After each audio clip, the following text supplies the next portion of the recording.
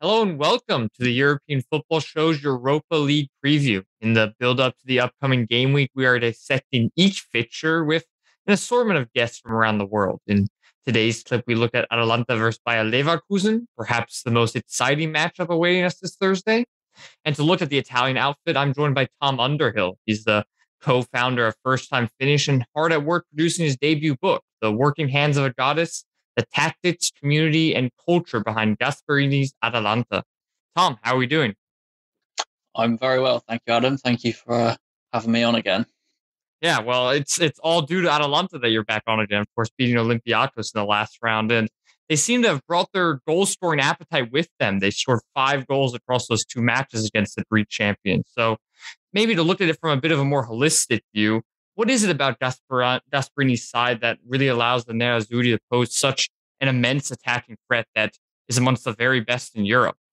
I think there's a few features really. Firstly, is the quality and selection of scouting means that they've always signed or brought through players, regardless of their age or their background, who put up particularly high volume attacking numbers. So like huge numbers of shots, big creative numbers. It's what maybe it might dissuade a lot of bigger clubs from going after these players because they might see them as a bit raw or a bit unfinished. People like Ruslan Malinovsky, Jeremy Boga, who obviously signed this January. I think a lot of clubs would be more inclined to sign him if he wasn't such a high volume dribbler. Maybe if he had a bit more end product. But players like that are the ones that Atalanta look at and think, well, they have this incredible resource of an attribute. If they can kind of coax a bit more out of their other creative numbers, then it makes them into an incredible player. And you've seen it with Malinovsky, Pasalic, Luis Muriel. And then the other aspect is just is the speed of play more than anything. Like the Gasperini style is to take lots of shots from a not particularly far distance out, capitalizing in transition on teams when they're out of shape. And against teams like, as Olympiacos found out, particularly in the second leg, if you're not prepared for it, it can blow you away very quickly. Yeah, spot on there. And it's not just Olympiacos. We've seen it from so many sides, whether it be in Italy and the Champions League over the past few seasons. So hopefully Bayer Leverkusen won't be the next one to be on the list of Atalanta's casualties, but we'll just have to wait and see. And let's touch a bit on Atalanta's domestic form, because at the time of recording, Atalanta are now 10 points off top spot. They're also out of the Coppa Italia. So is there a sense that the Europa League can now provide the best hopes for silverware, and silverware which has eluded Atalanta for so long? And I think that looking at the close proximity in the race for top four in Serie A, maybe Gasperini isn't able to throw all his eggs in the Europa League basket, or is that first title really something that Gasperini now needs to go for? I think something to remember about Atalanta and something that Gasperini and the Percassi family have said the entire time that they've become a top team is that it's a privilege to play in these competitions. There's no expectation. Even in the Coppa Italia, when they made they made two finals, one in 2019 and one in 2021. Or 2021, yeah. It's a privilege to get that far, and there's no expectation, and anything like that is like the crowning glory. It's like the legacy maker that kind of makes it more binary to understand what they've done. Whereas really, what they've done to create the foundations of a club that can now survive in Serie A for the next couple of potentially decades goes far and away beyond just winning trophies. As regards to the season as a whole, they're not going to win the Scudetto. They're far too inconsistent, and there's simply better teams in current form at the moment. They have a strong chance of making the top four. There are a few teams in and around them. So they have Juventus. There's Roma. Obviously, Roma now have a superior head-to-head advantage over them because after yesterday's result, Fiorentina are sniffing around, Lazio. So as tempting as it might be to kind of put the eggs in a trophy basket, getting into the Champions League I still believe is the ultimate achievement for this team.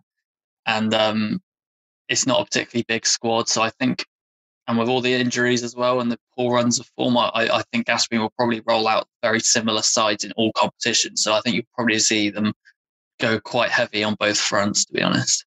Okay, fantastic. And now that we draw to the end of this little preview here, we looked at it again in the Olympiacos slide, and when we looked at the summarized Atalanta's strengths, it was very much about their attacking potency, what they could do going forward, and even with all the injuries, just how many players should step up in crucial moments. Do you think that stays the same this time around, or is there perhaps a different element that can see them come out on top against Leverkusen? They seem it's hard to say. There's still a worrying lack of potency, particularly through the centre. Without Zapata, looks like he's probably going to be out for the whole season. Muriel is just come back from injury, but even still has been in really horrible form this year anyway. So it's meant they've had to play Mario Pasalic as a centre forward, which on Monday night he was brilliant against Sampdoria, but then that's kind of what you'd expect Atalanta to do, is to roll over teams like Sampdoria at home and playing Pasalic as a centre forward in a team who creates a lot of chances, cross the ball quite a lot, is kind of, you'd expect him to do well there against a team like against Leverkusen, who will be of a tougher standard than Sampdoria. I can't see, if Pasalic is going to play as a centre forward, I can't see it being particularly successful. So that is a worry. But then there are certain players who are coming to form. Jeremy Boggess looks pretty promising since he's come into the team. He's had a good impact coming off the left. Tone Koopmeiners is, well, for one, he's probably one of my favourite players in Europe. He's an absolute majestic player. I loved him at Alkmaar, but he's kind of playing as like an advanced central midfielder ahead of Freuler and De Roon, which is really interesting to see. And he's been fantastic. He's up and down. He presses really well. He's getting shots away in a different way that he never did at Alkmaar. And with him in form like that, you never know. But Atalanta come in as the underdogs, and I think it's been a while since they've really felt like underdogs because of their kind of status they've got to in recent years. And often their best football has been when they've been deemed underdogs and without a chance. So yeah, it'll be very an exciting end-to-end goal fest, and would be good to see an Atalanta win at the end of it. Okay, well, you've almost jumped ahead to our score prediction there. Are you going for Atalanta then? Are you going for this underdog role coming back to almost help them get through to the quarterfinals? I think they will. I think they're more likely to lose at home than that. Their home form's been really, really poor for a good few years now. I think they'll probably lose at home, particularly with the way the Leverkusen are playing at the moment as well.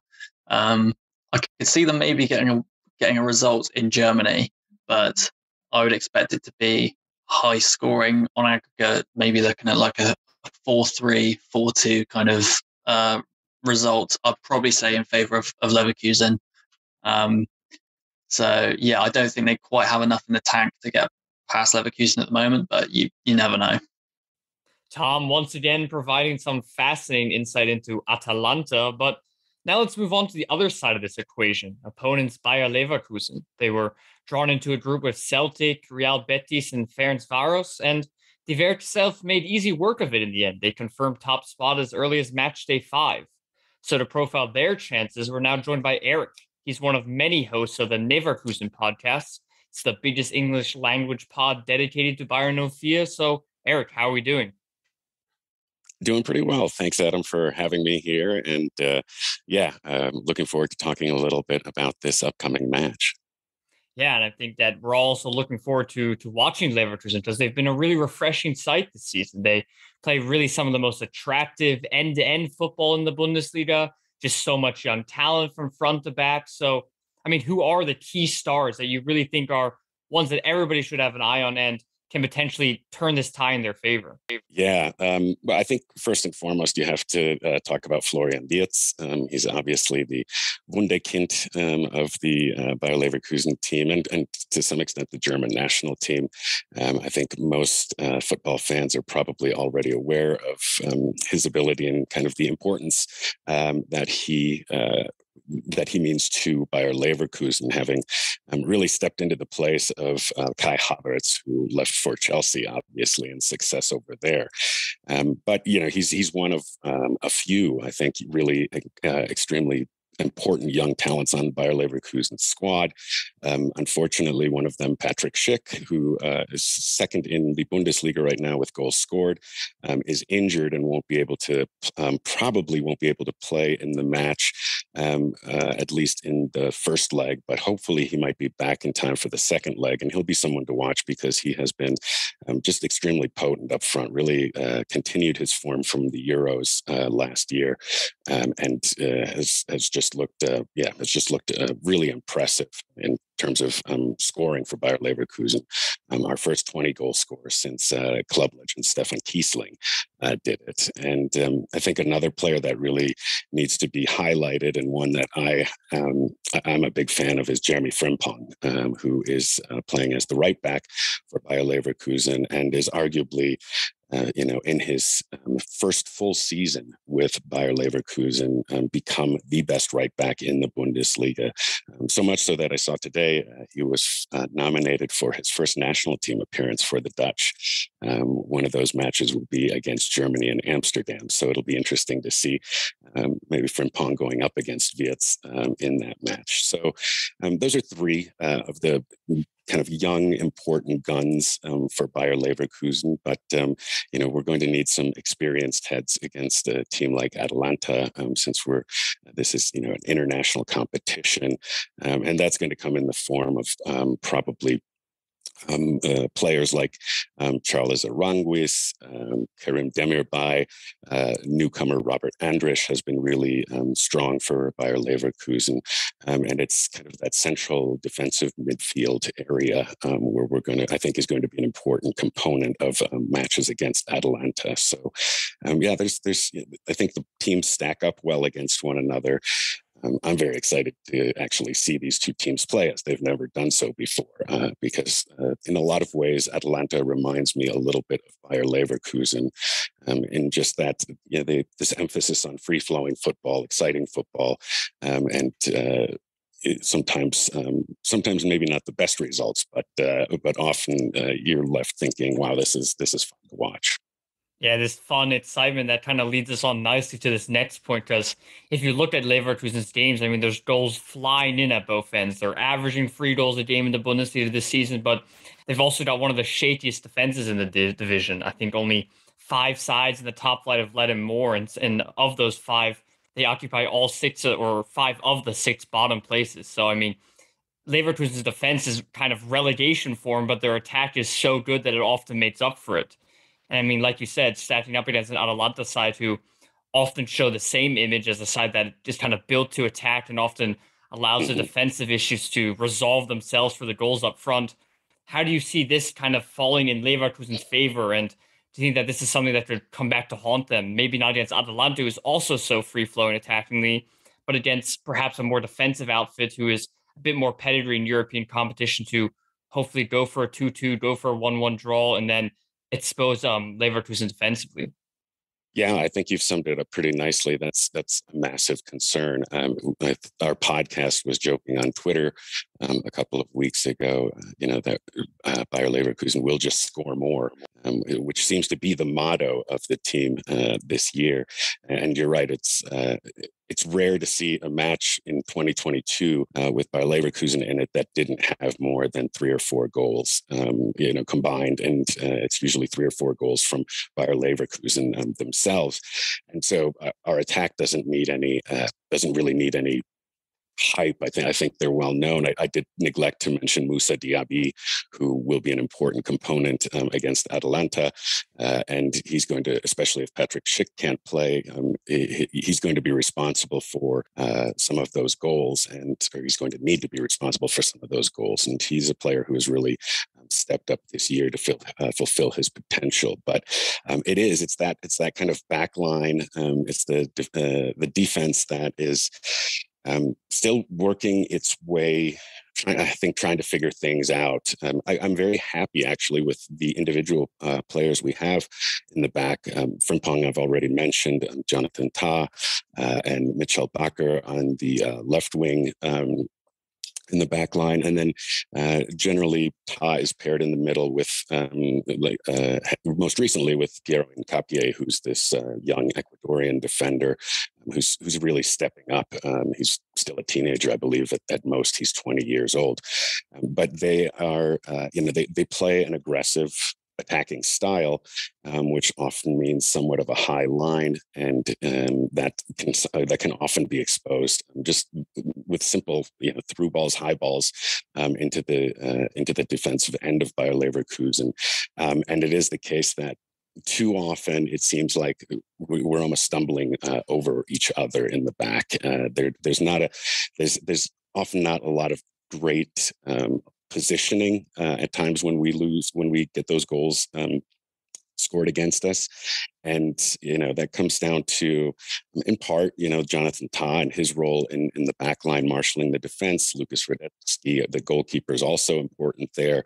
It's still a work in progress. And the concern is, as you rightfully say, against Atalanta, this should be, both matches will probably end up 4-3 or something like that, which is fine for both teams. But you're right, a more experienced, more seasoned team can very easily stymie. I shouldn't say very easily, but by sitting back can often present problems for Bayer Leverkusen to score and then take advantage on the counter of, when we've exposed ourselves. And, as we hopefully progress through the individual rounds of the Europa League, that's going to have to be taken into account, because the defense is just, you're right, too leaky. It's unbelievable that Bayer Leverkusen is in third place with the number of goals that they've conceded. But it's concentration. The focus is obviously on offense, and we'll just have to see how far that takes us. It won't take us all the way to the Europa League final if the defense doesn't improve in that regard. Yeah, I mean, we always ask our guests here at the end to kind of summarize where the key strengths of the side is and where the weaknesses are. But it's almost like with Leverkusen, you feel like the strengths and the weaknesses are one and the same, right? This open attacking style that allows them to score goals is also what sees them so beatable defensively. Would you go along with that sentiment? Yeah, most definitely. I think that's as accurate as you can depict it. There's been some improvement. I will say, especially, our wingers are the ones who are often very high up the pitch, Frimpon and Bakker, and both of them, but especially Frimpon, have improved defensively, so that he's not necessarily always needing his speed to get him out of situations, but has kind of understood that, in order to start the offensive, you need to oftentimes start with the defense and work your way up. But you've depicted it pretty accurately. Our strengths are kind of our weakness, and it really requires the way we play really requires top defenders. And I think in Hincapié in a year or two, and in Frimpong kind of right now, you might have that top defenders, or at least for their positions. Jonathan Tah, who's been a mainstay at Leverkusen, he slips in and out of, from being very good to, having you question what the hell he's even doing on the pitch. And so consistency, I think, would have to be the key in the back line. And I'm hopeful with more playing time together. There have been some injuries that have prevented some of the starters from being there regularly. That we can bring that goal tally down. And this week we play. Before we even get to Atalanta, we have to play Bayern Munich this Saturday, and that will be a really good indicator of where our defense is, because people who watched the first match know that Bayern absolutely rolled over Leverkusen 5-1, and it did exactly what we're talking about here, exposing Bayer Leverkusen's weakness. So I think this Saturday's match is a good barometer of whether or not we've improved in that regard. Okay, perfect. Then just to round it up, Eric, the score prediction, right? Will Leverkusen be making it through this one? Will they come one step closer to making you guys have to change that Neverkusen title of the podcast for next season? Will it happen? That is at both times our greatest hope and our greatest fear that we need to change the title of the podcast. I think it's going to be exciting. I do think Leverkusen right now in their form, which is slightly better than Atalanta. I was looking through their previous 10 matches, and they've only recently started finding really their victorious footing, I guess you could say. Bayer Leverkusen has a great chance because like we were talking about, against a team that plays like Bayer Leverkusen, I will favor our scoring prowess over that team. So I think it's gonna be high scoring both legs, and we're probably looking at an aggregate score of something like 7-6, 8-7, potentially between the two teams. But I do like Bayer Leverkusen's chances in this round.